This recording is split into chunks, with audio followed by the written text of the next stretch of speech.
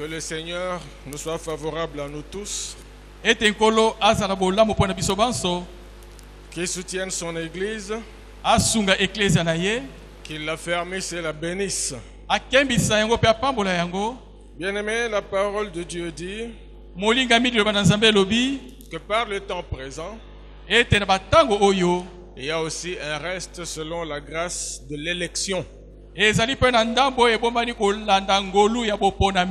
Et nous pensons que l'Église est dans ce reste-là. Et c'est pourquoi ce matin, nous pouvons dire que nous sommes le choix de Dieu. C'est ce que nous avons entendu il y a 2 semaines. Et le dimanche passé, une question s'est imposée à notre esprit. Si nous sommes le choix de Dieu, est-ce que nous avons choisi Dieu? Alléluia. Amen. Celui qui choisit Dieu dans sa vie est soumis à 6 exigences que nous avons vues dimanche passé. Et là, c'est en conformité avec ce que Jésus a dit. Choisissez maintenant qui vous voulez servir. Moi et ma maison, nous servirons l'Éternel. Celui qui choisit Dieu, ou celui qui a choisi Dieu, doit l'aimer. Il doit exprimer à Dieu cet amour, un amour profond. Et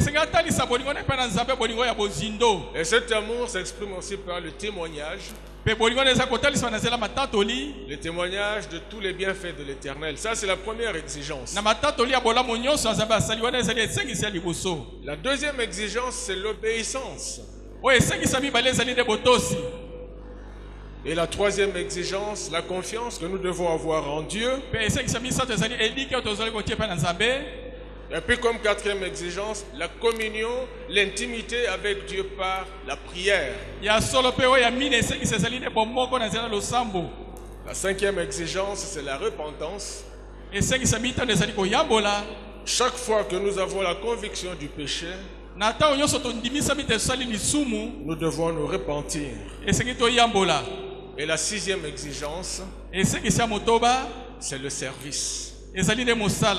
Et le service implique la consécration. Mais si nous devons nous soumettre à ces 6 exigences, c'est pour être agréable à Dieu. Comme nous pouvons le lire dans l'Épître aux Colossiens, dans son premier chapitre, au verset 10. Nous devons marcher d'une manière digne du Seigneur, être agréable à Dieu, porter des fruits dans toutes sortes de bonnes œuvres, et croître, c'est-à-dire grandir par la connaissance de Dieu. Celui qui choisit Dieu doit incarner 2 choses dont nous allons parler aujourd'hui. Alors nous allons lire un passage dans le livre du Lévitique. Lévitique chapitre 2. Lévitique chapitre 2 verset 13. Tu mettras du sel sur toutes tes offrandes. Tu ne laisseras point ton offrande manquer de sel. Signe de l'alliance de ton Dieu. Sur toutes tes offrandes, tu mettras du sel. Le deuxième passage, nous le lisons dans Marc, au chapitre 9, verset 50. Marc chapitre 9, verset 50, il est écrit ce qui suit. Le sel est une bonne chose. Mais si le sel devient sans saveur, avec quoi Avec quoi allez-vous l'assaisonner? Na nini bokotia nango? Ayez du sel en vous-même Boza na Mungu na kati na bino moko. et soyez en paix Pe boza na kimia. les uns avec les autres. Ba moko na basusu. Et le troisième passage enfin, Makomi ya misato ya suka. nous le lisons dans l'évangile de Matthieu Totangi yango na sango malama Matayo. au chapitre 5, Na mokapo ya mitano. versets 13 à 16, Zela zomi na misato te na zomi na motoba. où il est écrit ceci: Oye komami boye. Vous êtes le sel de la terre. Bozali Mungu wa mokili oyo. Mais si le sel perd sa saveur, Soki Mungu ebungisi pimbo na yango. avec quoi la lui rendra-t-on? Nani bokozongisa na nini? Il ne sert plus qu'à être jeté dehors et foulé aux pieds par les hommes. Esengeka babwaka ngo libanda pe bato banyata ngo na makolo. Vous êtes la lumière du monde. Bozali pole ya mokili. Une ville située sur une montagne ne peut être cachée. Engumba efandami likolo na ngomba ekobata te. Et on n'allume pas une lampe pour la mettre sous le boisseau, Pe bapelisaka mwinda te po batia yango babomba ngo na se ya mesa. mais on la met sur le chandelier Bakotia yango likolo na efandeli mwinda to esimbeli mwinda. et elle éclaire tous ceux qui sont dans la maison. Pe kongengisa bayebaso baza na kati na ndako. Que votre lumière luise ainsi devant les hommes, Ete pole na bino engenga bongo liboso na bato. afin qu'ils voient vos bonnes œuvres Po bamona misala na bino malamu. et qu'ils glorifient Dieu, votre Père qui est dans les cieux. Pe bakumisa Nzambe papa na bino azali na likolo na lola. Bien-aimés, dans tous ces passages que nous venons de lire, Molinga bino makomi nyonso tutu kotanga. il y a deux choses Eza na makambo que mibale. la Bible met en évidence. Oyo Bible ezali kotalisa lokolo likambo ya solo. C'est le sel et la lumière. Ezali nde Mungu ana pole. Le sel et la lumière Mungu ana pole. montrent d'une part les deux natures Ezali kotalisa eloko moko. deux natures que nous devons avoir Eloko mibale esengi tozala na yango. et deux positions que nous devons occuper dans notre vie. Pe lolenge mibale tofanda ngo na kati na bomoi na biso. Et ces deux natures, nous devons les garder toute la vie. Pe lolenge wana esengi tobatela ngo bomoi na biso mobimba. Être le sel de la terre Kozala Mungu wa mokili oyo. et la lumière du monde. Pe pole to mwinda ya mokili. Et dans l'ancien temps, Pe na batango ya kala. nous voyons que le sel était un signe de l'alliance avec Dieu. Tomoni ete Mungu ezalaki elembo ya bolongani na Nzambe. Si nous sommes le sel, Soki tozali Mungu wa. nous devons avoir aussi du sel en nous-mêmes. Esengi pe tozala Mungu na kati na biso Donc moko. celui qui choisit Dieu, Oyo aponi Nzambe. celui qui décide de vivre avec Dieu, Oyo azwi mokano kobika na Nzambe elongo. doit imiter Dieu. Esengi na mekola Et Nzambe. l'apôtre Paul a dit: Pe ntoma Paul alobi. soyez les imitateurs de Dieu. Bozala ba mekoli na Nzambe. Et Dieu, au travers de Jésus-Christ, Pe Nzambe na zela na Yesu Kristo. doit être notre modèle. Esengi azala ndakisa na biso. Alléluia. Amen. Être sel et lumière. Kozala Mungu wa pe pole. Mais le sel Pe de Mungu la wa. terre. Mungu wa ya mabele. Alléluia. Amen. Ces deux choses impliquent ceci, Makambo mibale ezali kobenga boye. que nous sommes sur la terre. Ete tozala na mokilo ya se. Si nous sommes sur la terre, Soki tozala na mokilo ya se. c'est que nous ne sommes pas des extraterrestres. Eliwe te tozali bata lolenge musutu touti to na likolo. Alléluia. Amen. Cela signifie que nous vivons avec des gens. Eliwe te tozo kobika na esika moko na bato. Nous sommes dans un environnement. Tozali na esika moko boye nzinga Nous mopepe. ne sommes pas sortis de nulle part. Tobima te bisika oyo esengi koyebana. Et il y a autour de nous des gens. Nzinga na biso toza na bato. Nous avons des familles. Toza na mabota. Nous vivons en famille, nous vivons dans l'église. Toza kobika na mabota pe na kati na eklesia. Nous sommes dans des écoles, Toza na kati na baetelo. au service, Na mosala. au quartier, Na quartier. dans des communautés. Na kati na masanga. C'est un environnement. Ezali esika nzinga. Et dans cet environnement, Na nzinga wana. nous ne sommes pas seuls. Toza biso moko te. Il y a des gens. Eza na bato. Alléluia. Amen. Et nous aussi, nous venons de ces gens-là parce que chacun de nous vient d'une famille. Biso pe touti na kati na bato wana po ete moko na biso touti na libota moko na moko. Il n'y a personne qui est sorti d'un arbre. Eza moto moko ta uta na nzete. Alléluia. Amen. Il y a même les Français qui disent que personne n'est sorti de la cuisse de Jupiter. Moto moko ta alobi te ata ba français alobi moto moko ta uta na ebele ya Jupiter. Donc nous sommes dans un cadre Toza na esika moko boye. qui est limité. Esika ezali na ndelo. Et c'est dans ce cadre-là que nous devons être sel et lumière. Alléluia. Amen. Et c'est dans ce cadre-là que nous devons agir. Parce que le sel agit toujours sur la matière. Et la lumière agit toujours sur la matière. Alléluia. Amen. Et Dieu dit que nous sommes le sel de la terre. Cela veut dire que nous avons des qualités. La saveur ici, ça signifie des qualités que Dieu nous a donné pour être agréable dans le cadre, dans l'environnement où nous vivons. Et avoir de la saveur, c'est le fait d'être agréable. Alléluia. Amen. Donc nous devons être agréables et rendre la vie agréable autour de nous. Et pour être agréable autour de nous,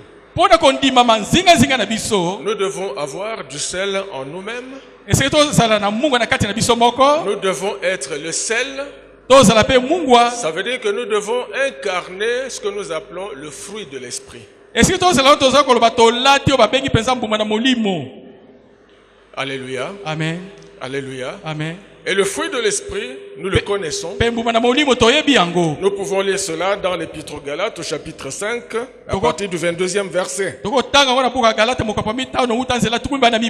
Et là, nous avons l'amour, la paix, la joie, la patience, la bonté, la bienveillance, la foi, la douceur, la maîtrise de soi. Bien aimé, toutes ces choses, nous les trouvons aussi dans Dieu, sauf la foi.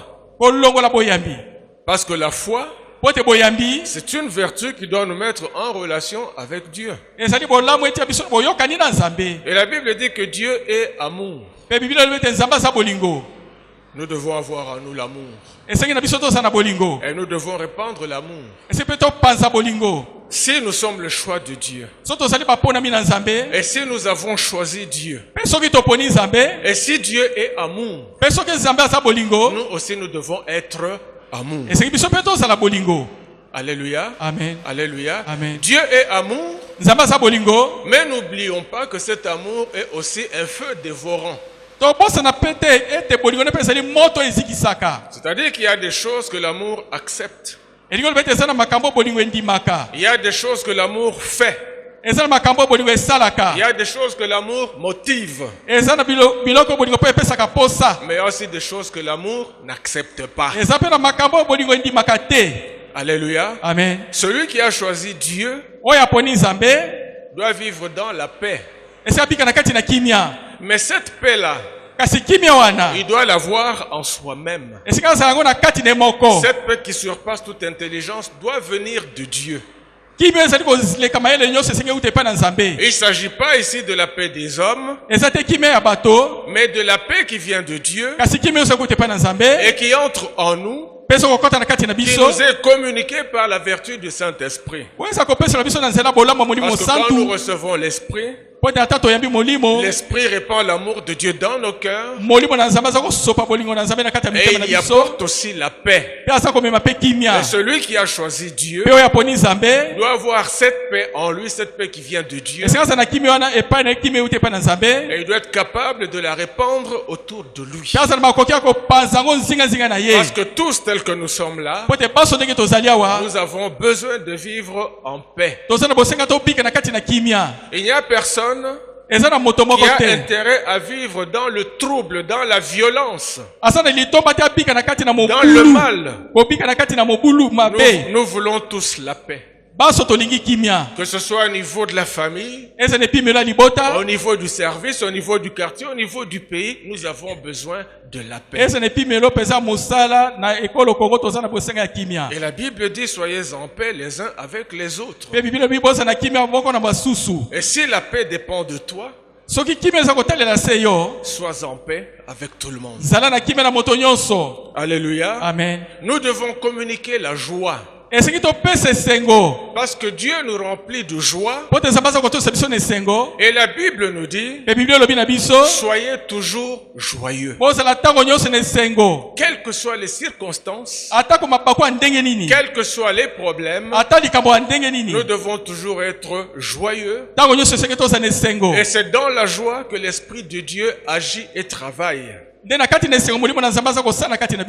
La patience. Dieu est très patient avec nous.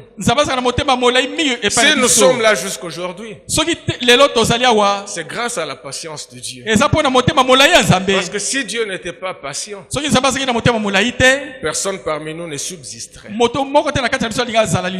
Alléluia. Amen. Alléluia. Amen. Et la Bible nous dit que si Dieu devait compter nos péchés, personne ne subsisterait devant lui. Mais Dieu use de patience envers nous afin que personne ne se perde. Alors cette patience-là, nous devons nous aussi en user vis-à-vis de nos semblables dans l'environnement où nous vivons.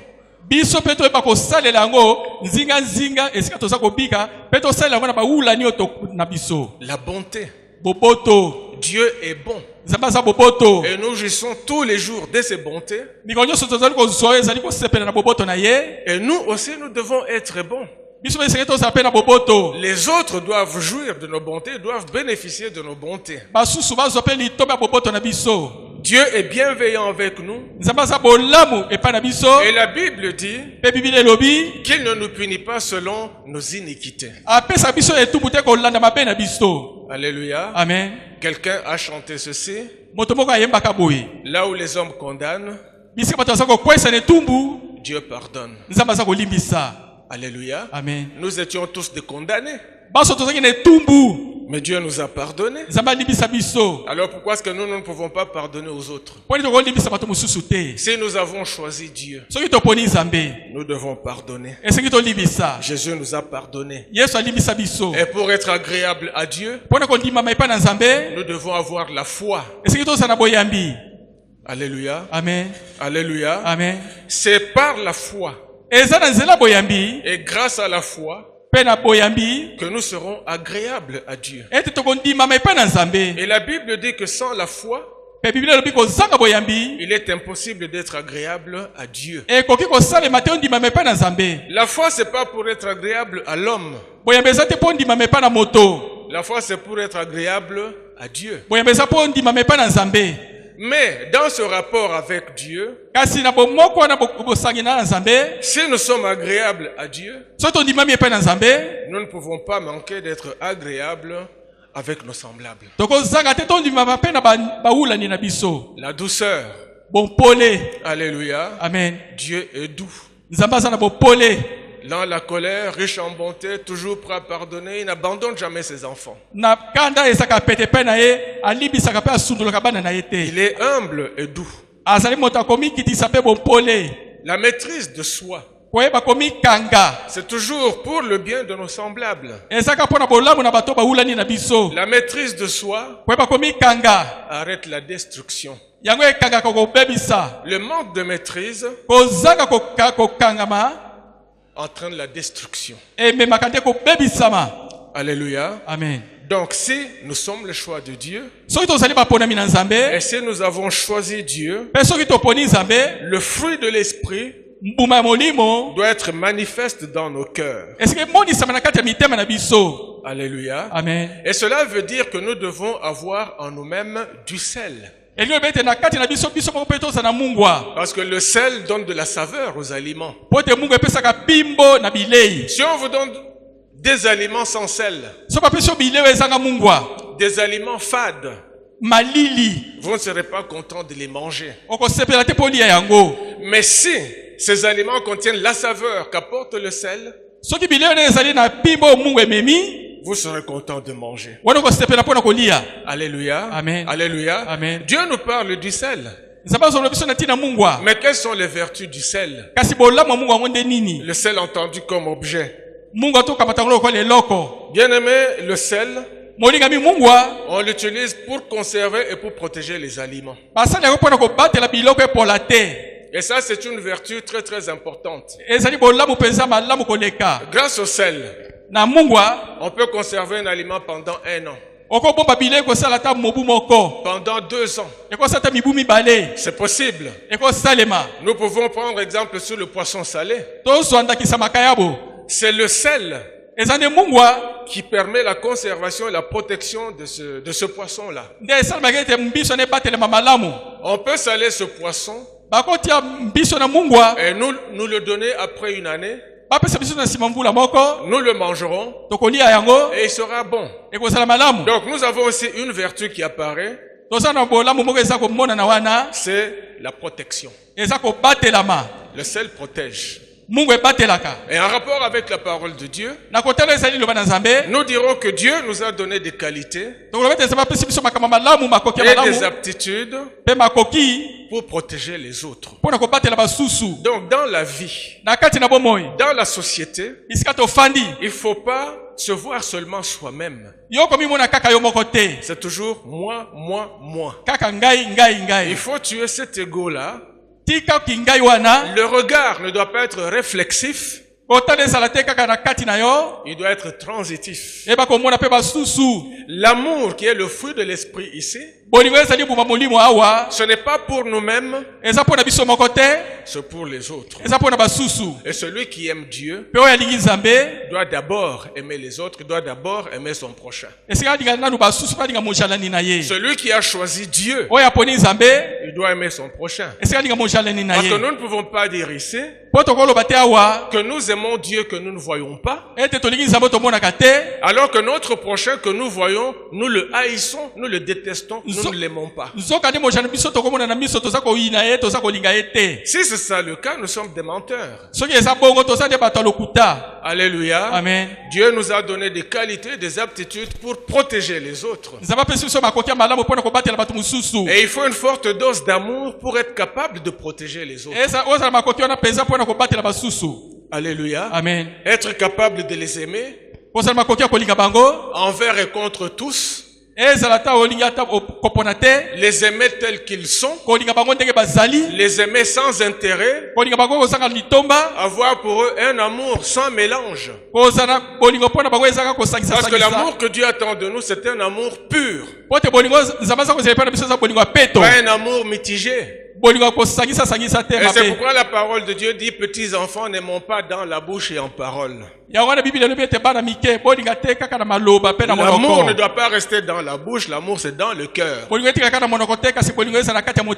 Et s'il remplit le cœur, nous parlerons avec amour, car c'est de l'abondance du cœur que la bouche parle.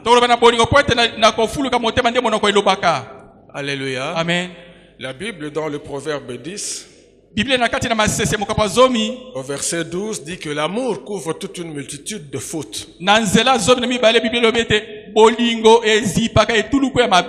Couvrir les fautes de quelqu'un, c'est le protéger. Mais couvrir une faute ne signifie pas cautionner la faute. Alléluia. Amen. Nous devons faire une différence. Nous couvrons, mais nous ne cautionnons pas. Et on peut le voir avec Jésus. Dans Jean 8, des gens lui amènent une femme. Et on lui dit: on l'a attrapé en flagrant délit d'adultère. Et la loi de Moïse demande qu'on la lapide jusqu'à ce que mort s'en suive. On a dit ça à Jésus. Mais Jésus a protégé cette femme malgré son péché. Alléluia. Amen. Mais Jésus n'a pas cautionné ce péché-là. Et c'est pourquoi il a dit à la femme: va et ne pêche plus. Alléluia. Amen. Celui dont on couvre les fautes ne doit pas revenir sur ces fautes-là. Il ne faut pas qu'il s'imagine que puisqu'il a été protégé par amour, il doit continuer à commettre les mêmes fautes. Si c'est le cas, il devient une occasion de chute pour tout le monde. Et tout le monde verse dans le péché à cause de lui. Alléluia. Amen. Alléluia. Amen. Celui dont on couvre le mal ne doit pas continuer dans le mal. Nous pouvons couvrir, mais nous ne cautionnons pas. Jésus a couvert nos péchés. Il nous a purifiés avec son sang. Il nous a réconciliés avec Dieu par sa mort. Mais il n'a pas cautionné le péché. Il n'a pas accepté le péché. Alléluia. Amen. Et celui qui a choisi Dieu doit abandonner le péché. Mais s'il continue avec le péché, qui ont été effacés par amour, il faut qu'il sache que Dieu qui est amour est aussi un feu dévorant. Alléluia. Amen. C'est pour dire que Dieu n'accepte pas et ne cautionne pas le mal. Donc, nous aussi, partout où nous vivons, nous ne devons pas accepter et cautionner le mal. Et celui qui a choisi Dieu ne vit pas dans la compromission. Il ne se compromet pas avec le péché, il ne se compromet pas avec le mal. Puisque le sang de Jésus nous a purifiés, nous devons garder cette pureté-là. Alléluia. Amen. Alléluia. Amen. Et la Bible nous dit, sans amour, je ne suis rien. Il y a trois choses: l'amour, l'espérance et la foi. Mais de ces trois choses, il y en a une seule qui demeure. C'est l'amour. L'amour ne périt jamais. L'amour excuse tout. L'amour accepte, l'amour croit. Mais l'amour ne cautionne pas le mal, l'amour ne cautionne pas le péché. Alléluia. Amen. Alléluia. Amen. Bien-aimé, ce sel a aussi une autre vertu. Si nous avons du sel en nous, nous saurons comment parler aux autres. Et la Bible nous dit, dans Colossiens chapitre 4 verset 6, que votre parole soit toujours accompagnée de grâce, assaisonné de sel, afin que vous sachiez comment il faut répondre. Quand nous parlons, la parole qui sort de notre bouche doit être assaisonnée de sel. Mais ce sel-là doit provenir de notre cœur. Alléluia. Amen. Et c'est cette parole assaisonnée de sel qui est capable de soutenir les autres, de consoler les autres, de les encourager et finalement de les protéger. Alléluia. Amen. Alléluia. Amen. Marc nous dit au chapitre 9 verset 50, ayez du sel en vous-même et soyez en paix les uns avec les autres. Le sel, il a une autre vertu. C'est la capacité de guérir les blessures, de guérir les plaies. Bien-aimés, quand nous étions jeunes, 7, 8, 9, 10 ans,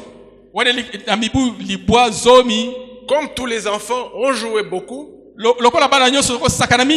comme tous les enfants, on se blessait. Parce que les enfants se blessent toujours quand ils jouent. Mais le médicament que nous utilisions pour soigner nos plaies, c'était le sel. Alléluia. Amen. Vous êtes blessé. Vous prenez un peu de sel. Vous mettez sur la plaie. Et la plaie sèche. On n'utilisait pas la solution de Daquin. On n'utilisait pas le mercurochrome. On n'utilisait pas l'alcool dénaturé. On n'utilisait pas la bétadine. On n'utilisait pas toutes ces choses-là. On utilisait le sel. Alléluia. Amen. Parce que le sel guérit les plaies en tuant les bactéries, en tuant les microbes. Alléluia. Amen. Et dans la société où nous vivons, il y a des gens qui ont des plaies. Il y a des gens qui ont des blessures. Il s'agit là de la dimension spirituelle de la chose. Et ces gens viennent à nous avec leurs plaies, avec leurs blessures. Alléluia. Amen. Nous avons ici deux choses, la plaie et la blessure. Une plaie, ça peut être des mauvais sentiments vis-à-vis des autres. C'est une plaie. Alléluia. Amen. Mais une blessure, ça peut être une frustration, une contrariété, une déception. Donc on vient avec des plaies et des blessures. La pauvreté, la misère, ce sont des plaies. Les maladies, ce sont des plaies. Mais avec le sel, on peut guérir les plaies et les blessures. Et Dieu nous a donné cette capacité-là. Il nous a donné cette aptitude-là. Alléluia. Amen. Donc Dieu nous a rendus capables de guérir les plaies et les blessures. Cela veut dire que s'il y a des plaies dans le pays, nous sommes capables de guérir ces plaies-là. Ça dépend de nous. Dieu nous a donné sa parole. Et il nous a donné aussi la connaissance de soi-même. Et c'est pourquoi je peux dire que les problèmes qui se posent dans ce pays, ce sont des petits problèmes. Alléluia. Amen. Alléluia. Amen. Ce sont des petits problèmes. Il faut seulement que les gens sortent de la compromission. Et qu'ils comprennent la volonté de Dieu, qu'ils discernent la volonté de Dieu. Et qu'ils identifient les capacités que Dieu leur a données de pouvoir guérir les plaies et les blessures de ce pays. Alléluia. Amen. Si le sel c'est l'amour. Et c'est nous devons avoir du sel à nous-mêmes. S'il y a du sel dans toutes ces personnes que nous voyons à la télé, tous ces problèmes que nous craignons n'arriveront pas. Alléluia. Amen. Alléluia. Amen. Mais s'il n'y a pas de sel dans toutes ces personnes, rien ne changera. Dieu a dit, vous êtes le sel de la terre. Ça veut donc dire que nous sommes capables de changer la terre. Nous sommes capables de changer ce pays. Mais pour changer la terre, il ne faut pas être avec les gens sur la terre. Il faut être en dehors. C'est-à-dire sortir de la compromission, sortir de la boue, pour voir la boue, identifier son origine et fermer la source de la boue. Alléluia. Amen. Quand vous prenez du sel, vous déposez quelques grains de sel sur une plaque en aluminium. Après quelques temps, vous verrez qu'il y a la corrosion. Alléluia. Amen. Alléluia. Amen. D'ailleurs, je peux donner un autre exemple. Quand vous allez acheter une voiture à Boma. Alléluia. Amen. Vous inspectez la voiture. Vous regardez en bas. Vous voyez qu'il y a la corrosion. Il y a des tôles trouées qu'il faut remplacer. Mais cette corrosion vient d'où? Elle vient du sel de l'océan. Le sel de la mer. C'est ce sel-là qui a détruit ce métal. Alléluia. Amen. Alors si nous sommes le sel, nous devons détruire le mal qu'il y a dans la société. Mais nous devons être en dehors. Quand nous entrons dans la cuisine, nous avons du sel quelque part et la nourriture à côté. Mais c'est quand on prend le sel, qu'on le met dans la nourriture, que le goût de la nourriture change. Alléluia. Amen. Donc notre présence dans la société doit pouvoir changer la société. Alléluia. Amen. Alléluia. Amen. Bien aimé, le sel contient ce qu'on appelle de l'iode. Et l'iode nous préserve contre le goitre. Donc quand quelqu'un a le goitre, il a la gorge gonflée. Ça, c'est l'absence de sel dans le corps. Et chacun de nous a chaque jour besoin de 2 grammes de sel dans son corps pour vivre. Si vous n'avez pas de sel dans le corps, vous allez mourir. Alléluia. Amen. Les médecins peuvent vous dire ne consommez pas de sel. Oui, mais dans tous les aliments que vous allez manger, il y a du sel naturel. Donc, nous avons besoin de sel pour vivre. Sans sel dans le corps, nous mourrons. Et puisque nous sommes sel sur la terre, ça veut dire que les autres ont besoin de nous pour vivre. Alléluia. Amen. Le peuple a besoin de l'église pour vivre.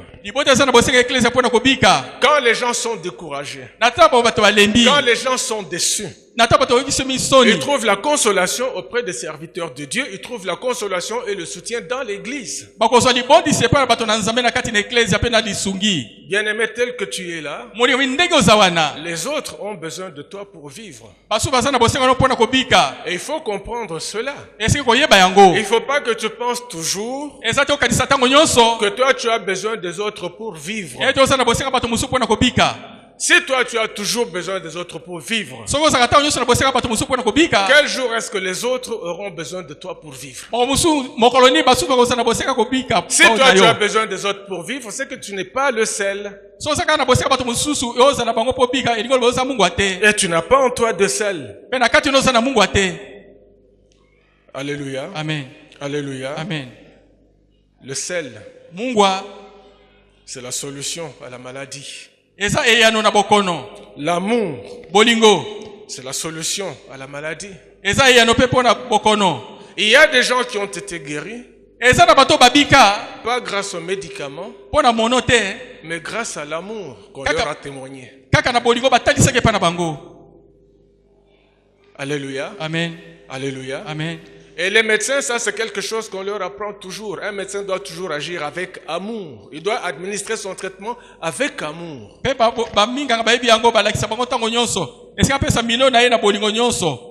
Et le fondement du serment d'Hippocrate, c'est l'amour. Parce que ce serment dit qu'on est un médecin d'abord pour soulager la souffrance des malades. On ne demande pas d'abord l'argent. On soulage d'abord les malades. Alléluia. Amen. C'est ça le sens du serment d'Hippocrate. Mais dans notre pays, pour appliquer le serment d'Hippocrate, il faut avoir du sel en soi-même. Si nous voyons des choses que nous réprouvons, c'est parce que la plupart des gens n'ont pas de sel en eux-mêmes. Alléluia. Amen. Alléluia. Amen. Un serviteur de Dieu, c'est comme un médecin aussi. Un serviteur de Dieu, il doit avoir en lui-même du sel. Ce sel-là va guérir les malades sur le plan spirituel et sur le plan physique.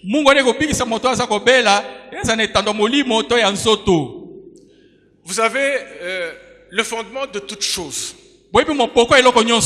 Dans le service spirituel, c'est celle-là. C'est-à-dire l'amour. Et c'est l'amour qui est le vecteur de la parole de Dieu. C'est pas autre chose. C'est pas la science. C'est pas la connaissance, c'est pas la technologie. Ce n'est pas la culture. C'est l'amour qui est le vecteur de la parole de Dieu. C'est l'amour qui porte, qui transporte la parole de Dieu et qui la communique aux autres. Si vous n'avez pas d'amour, si vous n'avez pas de sel en vous-même, si nous n'avons pas d'amour, je dis nous parce que je suis devant vous, si nous n'avons pas de sel en nous-mêmes, ici, là, ce que nous faisons, c'est de la comédie. C'est du théâtre. Parce qu'un païen peut venir ici et prêcher mieux que moi. Alléluia. Amen. Mais qu'est-ce qu'il va vous communiquer? Il va vous communiquer l'impiété et la profanation. Parce que cette parole qui va vous prêcher n'est pas transportée par l'amour. Et il n'y a pas de sel en lui. Alléluia. Amen. Alléluia. Amen. Donc, au départ de toute chose, il y a ce sel-là, il y a cet amour-là que nous devons avoir en nous-mêmes. Le sel est le vecteur. Et il communique, il donne le sel. L'amour est le vecteur de la parole de Dieu. Et la parole de Dieu communique l'amour. Donc au départ c'est l'amour. Et à la fin c'est l'amour. Et Jésus a dit, je suis alpha et oméga. L'amour au commencement et l'amour à la fin. Alléluia. Amen. Alléluia. Amen. La deuxième nature dont Dieu parle ici, c'est la lumière. Vous êtes la lumière du monde. Et il dit, une ville située sur une montagne ne peut être cachée. Et la lumière, on ne peut pas la cacher. De la même manière que le sel est recherché, la lumière aussi est recherchée. Sans la lumière, il n'y a pas de croissance. Un enfant qui naît dans un environnement où il n'y a pas de lumière, alléluia, amen, il reste dans cet environnement-là pendant 1 année, 2 années, 3, 4. Après, il sort de cet environnement-là, il sera aveugle. Alléluia. Amen. Pour voir, on a besoin de la lumière. Pour croître dans la vie, on a besoin de la lumière. Un enfant qui fait la jaunisse, on l'expose à la lumière du soleil. Et l'enfant guérit. Je crois que vous connaissez ces choses. Alléluia. Amen. Alléluia. Amen. La lumière permet d'éclairer les ténèbres. Et Dieu dit, vous êtes la lumière du monde. Mais nous pouvons considérer que le monde aujourd'hui est dans les ténèbres. Mais la lumière, ce sont les enfants de Dieu qui doivent éclairer les gens, qui doivent leur expliquer le pourquoi de ceci et de cela. Aujourd'hui, on parle beaucoup du réchauffement climatique avec ses conséquences. Il y a 8 jours, nous avons vu ce qui s'est passé en France. Les gens ont tout perdu. Alléluia. Amen. Et ce genre de spectacle commence à se répéter.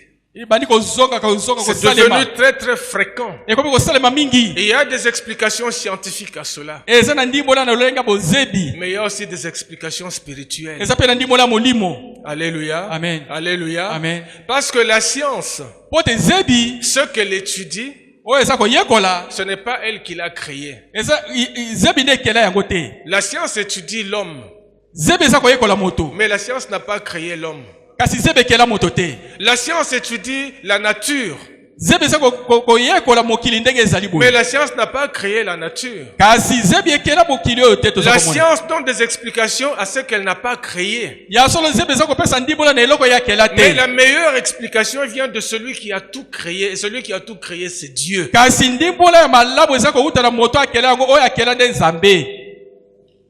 Alléluia. Amen. Donnez toutes vos explications comme vous voulez.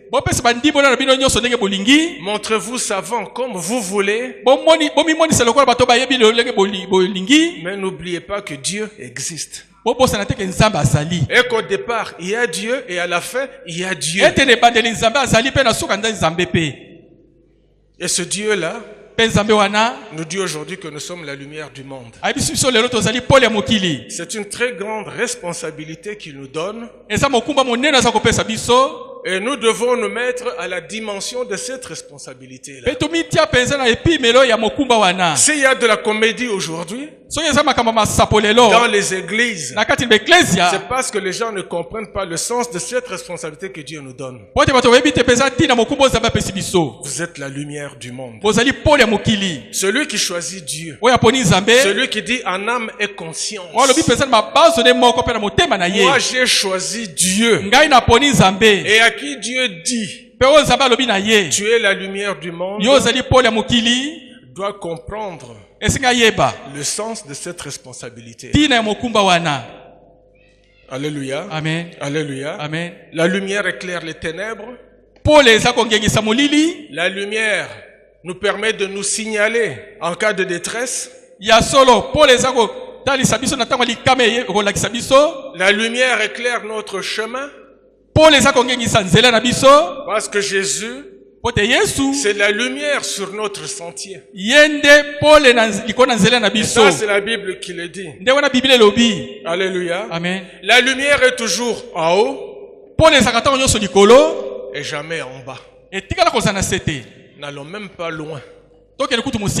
Alléluia. Amen. Tout le monde est en train d'écrire.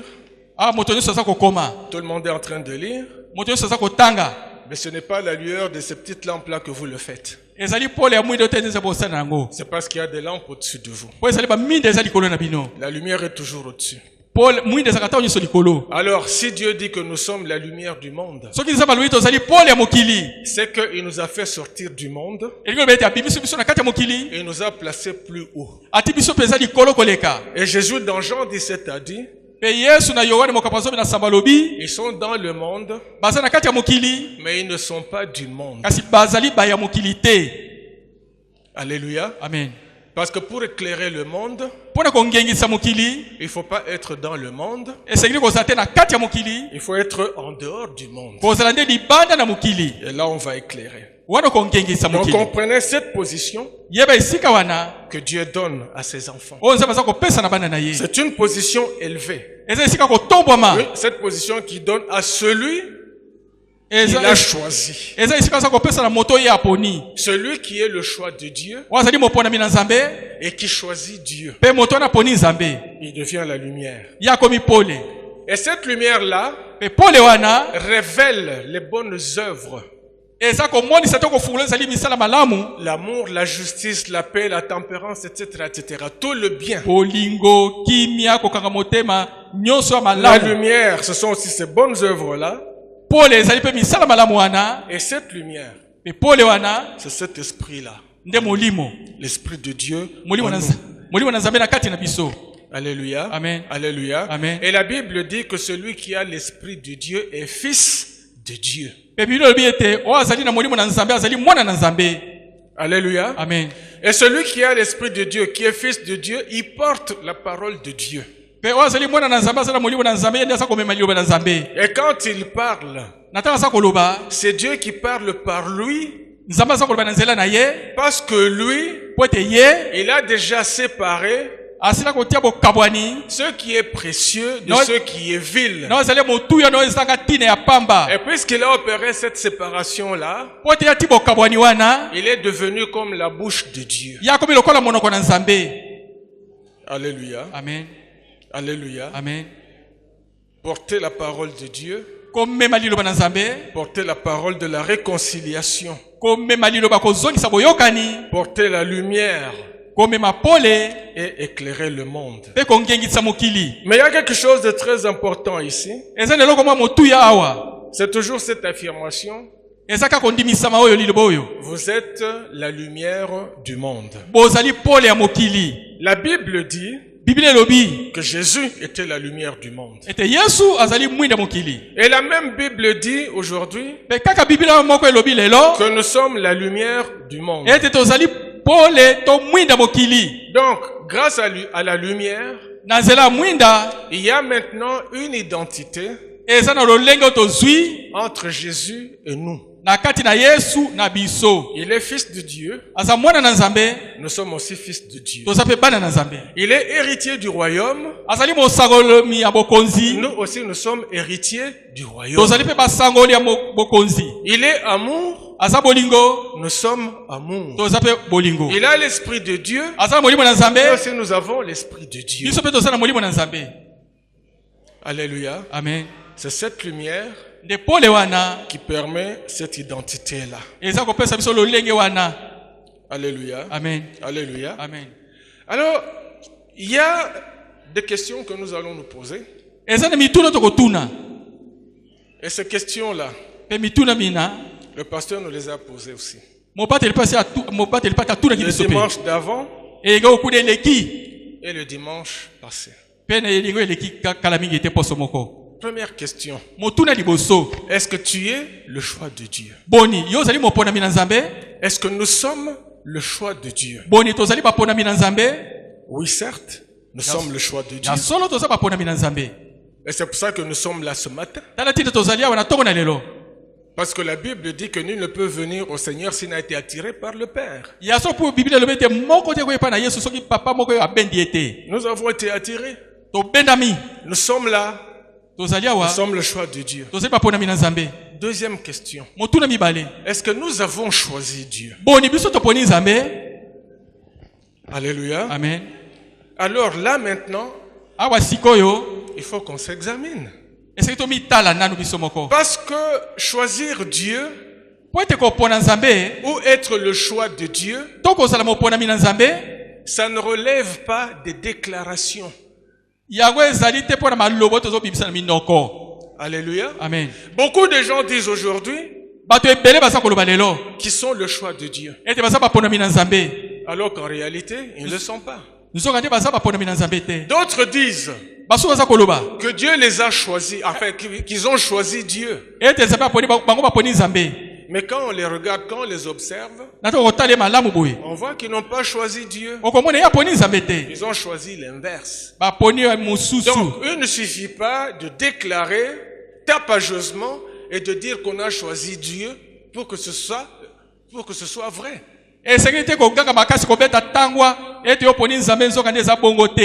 Et cette question-là, nous devons nous la poser ce matin. Est-ce que moi, j'ai choisi Dieu? Alléluia. Amen. La Bible nous a parlé du sel et de la lumière. Au regard de tout ce que nous avons entendu, nous devons maintenant nous examiner. Si je suis sel, et si j'ai du sel en moi, si je suis lumière, si cela se voit dans ma vie de tous les jours, dans mes œuvres, dans mon comportement, alors moi j'ai choisi Dieu. Mais si ce n'est pas le cas, si dans tout ce que nous venons d'entendre, je ne me reconnais ni dans le sel ni dans la lumière, alors ma présence ici est un héritage. Ya solo. Bozali sinanga awa, bozali nangawa, ezali libula. Alléluia. Amen. Alléluia. Amen. Dieu n'a pas besoin de cet héritage-là. Il a besoin d'une conviction. Donc il faut que cela vienne de moi-même. Il faut que cela vienne du plus profond de mon cœur. C'est après une analyse objective, une analyse sans complaisance, je m'examine moi-même en profondeur et je vois qu'il n'y a ni sel ni lumière. Il faut alors que je prenne la décision d'opérer un travail en profondeur en moi-même. Je dois changer. Je dois être transformé. Mais si je suis sel et lumière, je dois continuer mon chemin en faisant des efforts pour garder les deux natures et les deux positions. Alléluia. Amen. À chacun maintenant de s'examiner. Et que celui qui a des oreilles pour entendre, entende. Que le Seigneur vous bénisse et qu'il bénisse sa parole.